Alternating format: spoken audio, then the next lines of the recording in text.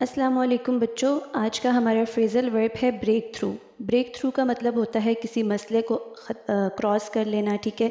किसी मसले से छुटकारा हासिल कर लेना, यानी किसी रुकावट को अबूर कर लेना। अबूर का मतलब ये होता है, अगर मेरे पश्तो स्टूडेंट्स को समझ ना आए कि बच्चों आप एक नहर को पार करते हो, तो अबूर भी उसी का मतलब होता है, किसी दरिया को, किसी नहर को पार करना।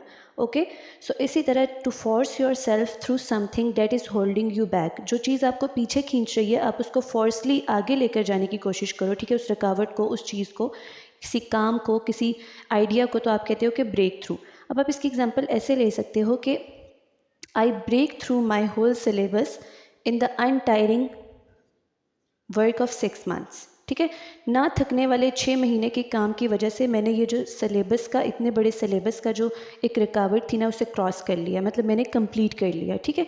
तो इसी तरह इसकी यहाँ पर जो एग्जांपल मेंशन है कि the jet engine was a major breakthrough in the air transport, ठीक है। जेट का इंजन ख़राब था, तो वही हमारे लिए सबसे बड़ी रुकावट थी, उसी को ही हमने क्रॉस करना था एयर ट्रांसपोर्ट के अंदर। वो हमारे लिए एक बहुत बड़ी रुकावट थी जिसे हमने क्लियर करना था। ठीक हो गया। सो बच्चों याद रखिएगा कि ब्रेक थ्रू का मतलब क्या होता है कि फोर्सफुली किसी चीज़ के अगेंस्ट चलना जो कि आपको पीछे खींच रही है और आप आगे जाने की कोशिश कर रहे हो, तो किसी रुकावट को क्रॉस करना, ख़त्म करना, क्लियर करना, ठीक है। फॉर एग्जांपल कोई ऑब्स्टिकल है, कोई हर्डल है आपके रास्ते में, तो आप कहते हो कि I have to break through the time, ठीक है। टाइम की जो रुकावट है उससे मैंने मैनेज करना है, मैंने अपना टाइम वेस्ट नहीं करना। So thank you so much, अल्लाह हाफ़िज़।